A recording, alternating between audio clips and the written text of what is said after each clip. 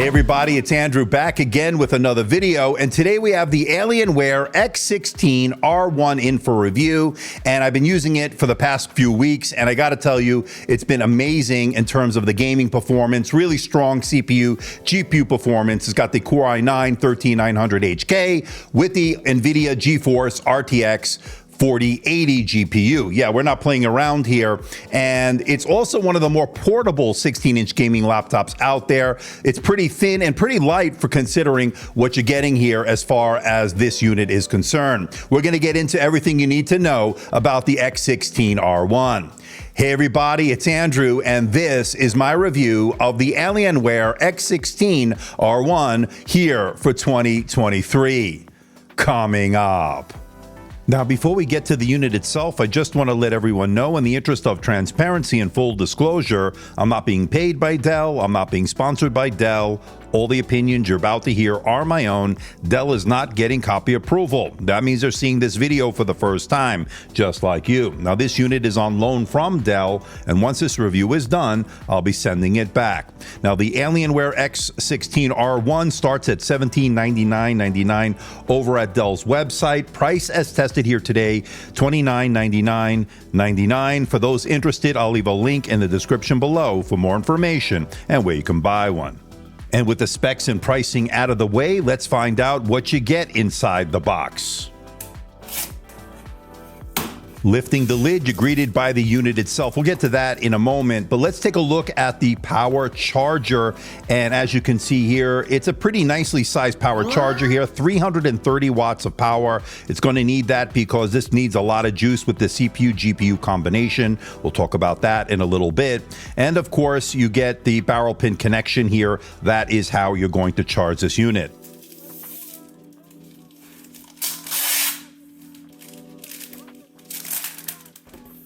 Now, opening the flaps of the outer box reveals the unit itself, and the first impression, holding it for the first time, very premium, very high-end, has that distinctive Alienware look. There's no doubt about it. We'll talk about that in a little bit. And then, of course, we also want to see what else you get in this inner box, which is, of course, the documentation, which includes the setup guide, warranty information, yada, yada, yada. It's all there. And, of course, it wouldn't be an Alienware without the Alienware stickers included.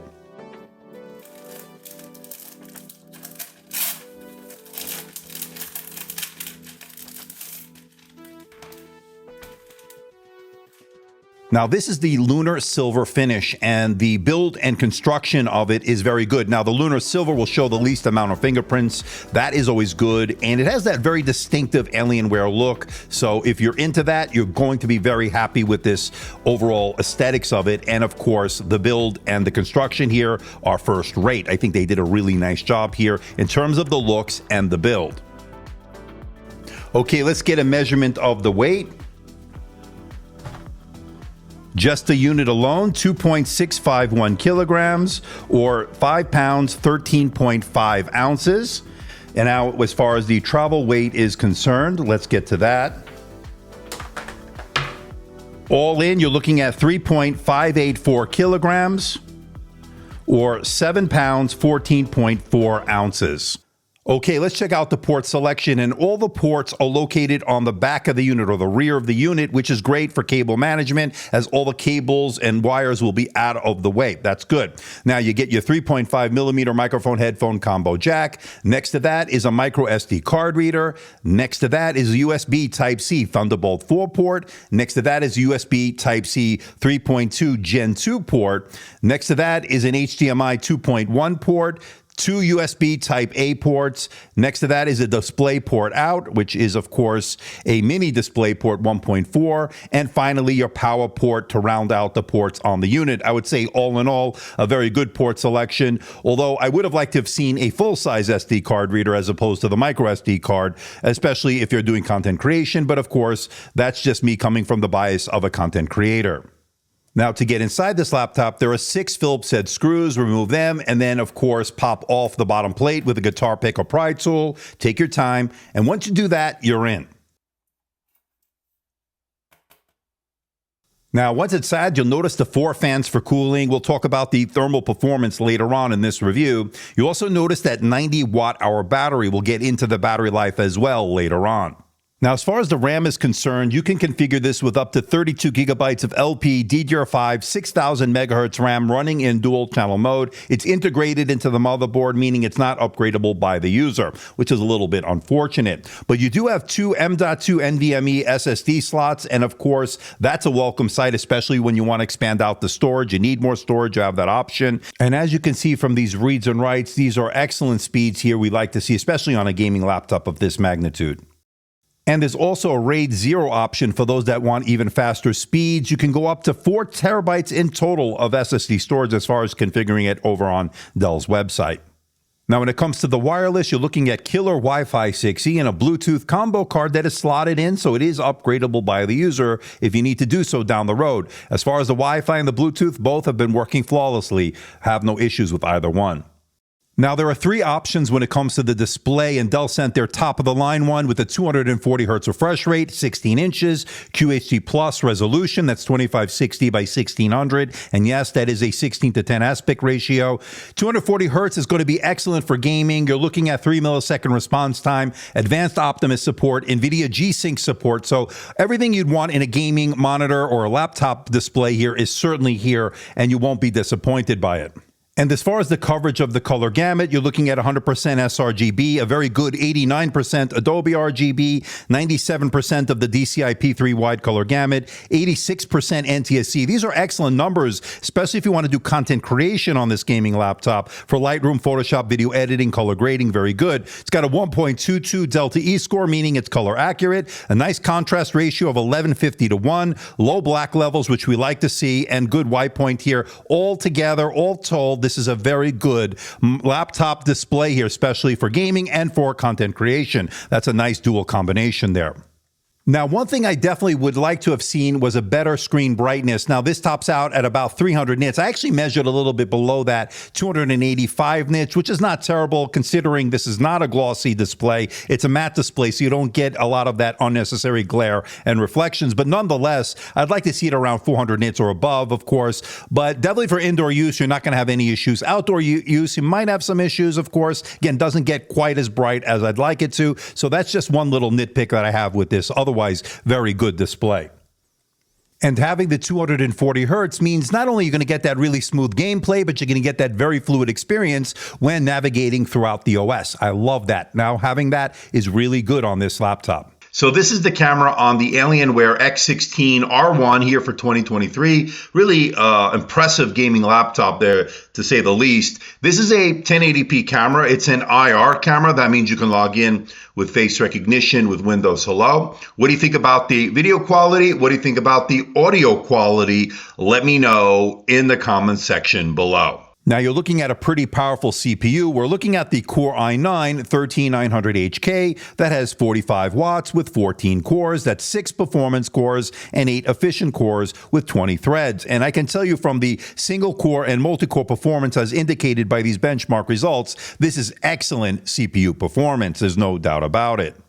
While the focus might be on gaming, this certainly can handle anything you throw out, especially productivity tasks with Microsoft Office, email, web browsing. It all worked very well. Now, as far as that GPU, we're talking about the NVIDIA GeForce RTX 4080 laptop GPU with 175 watt TDP. What does that mean? Well, you're going to be able to do some really great gaming on this, as indicated by these very playable frame rates on some of the more popular titles. For instance, you're looking at Cyberpunk 2077. If you're running at high settings, you're getting a very nice 140 frames per second. You bump it up to the 4K, you're looking at 38 frames per second, which is really processor and graphics intensive. Now, there are 4 different performance modes. You got the battery, quiet, balanced, and the performance mode. Those presets are found in the Alienware Command Center. A lot of control and settings at the user's fingertips. Nice. And when it comes to thermal throttling, it got a 94% score on the TimeSpy stress test, indicating a little bit of thermal throttling, although not much. The passing score would be 97%, so not much of an issue when it comes to thermal throttling on this gaming laptop. Now, when it comes to the surface temperatures, I think they did a good job in terms of the cooling, never getting overly hot, never too hot to the touch. Even on the underside there, you see it's pretty good. Now, the heating vent on the back is where all the heat is dissipating from, or the majority of it, and that's why you're going to see it a little bit hotter there. But of course, you're not going to be using it, placing your fingers there, or your body's not there. It's away from your body, so that's been pretty good. The overall surface temperatures actually pretty good here.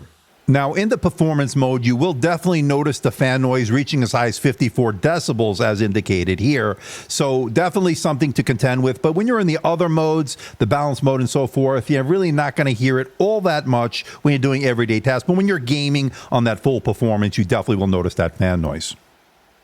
And it's no surprise this is not going to be great when it comes to battery life. Now, this sports a 90 watt-hour battery, and it did 4 hours and 18 minutes on the PC Mark X Modern Office battery test. It did 5 hours, 42 minutes on the video playback test. And when it comes to the gaming test, it did 1 hour, 7 minutes. Not surprising here. A lot of power consumed here, so you're not going to really get a lot of longevity on this laptop. So that was against the HP Omen 16. Here you can see it against the Legion Pro 7 16, of course, and that one did a little bit better on some of the tests, but not quite on others, although it did do about an hour better on the gaming test, as shown here with 2 hours, 8 minutes versus the Alienware's 1 hour, 7 minutes. So altogether, I would say this is not going to be the strong suit of this laptop. But again, in most cases, laptops that are made for gaming are not made for the longevity. They're made for the sheer horsepower that it provides.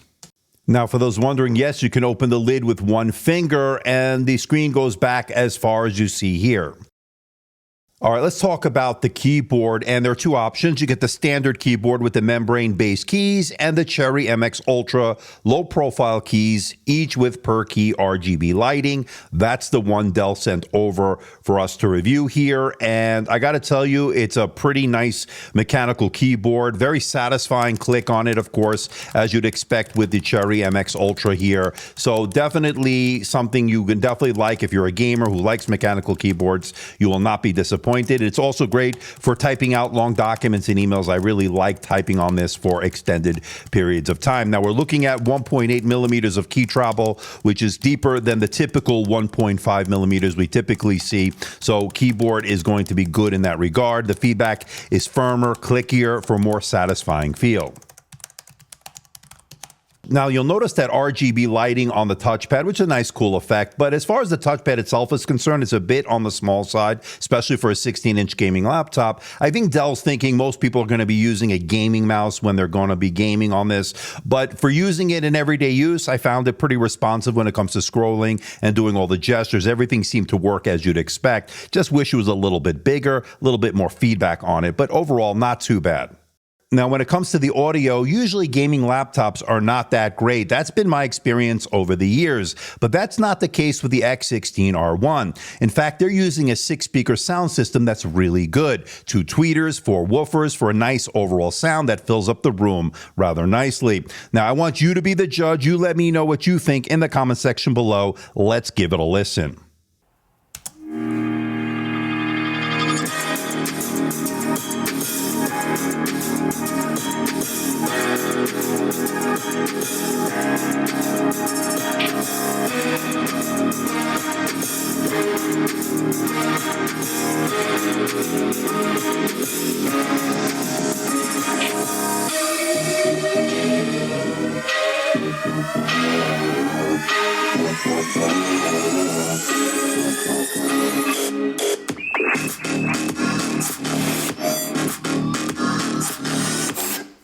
All right, let's bring it all home. What do I think about the Alienware x16 R1 here for 2023? There's a lot to like here. The 16-inch QHD Plus 240 hertz display, that's the option I would go with. Ultra low profile mechanical keyboard was great. Excellent CPU and GPU performance, as well as the competitive gaming performance. You gotta love that. No major throttling detected here. Thinner than most 16-inch gaming laptops, and has excellent audio. Negatives, of course, are going to be the relatively short battery life, no 4K or even OLED option as far as the display is concerned, and the touchpad is on the small side. But of course, these are not deal breakers by any stretch, ladies and gentlemen. I think the X16 R1 offers a lot, especially to the gamer that wants something a little bit more portable in a 16-inch form factor. I highly recommend the Alienware x16 R1 here for 2023. So please hit the like button, please subscribe, please share this video. Don't forget to leave a comment in that comment section below. Let me know how I'm doing. Let me know if there's a device or something out there you think I should review. I'll do my best to try to make that happen. Don't forget to follow me on Facebook, Instagram, and that platform formerly known as Twitter. So until next time, this is Andrew, and I'll see you in the next video.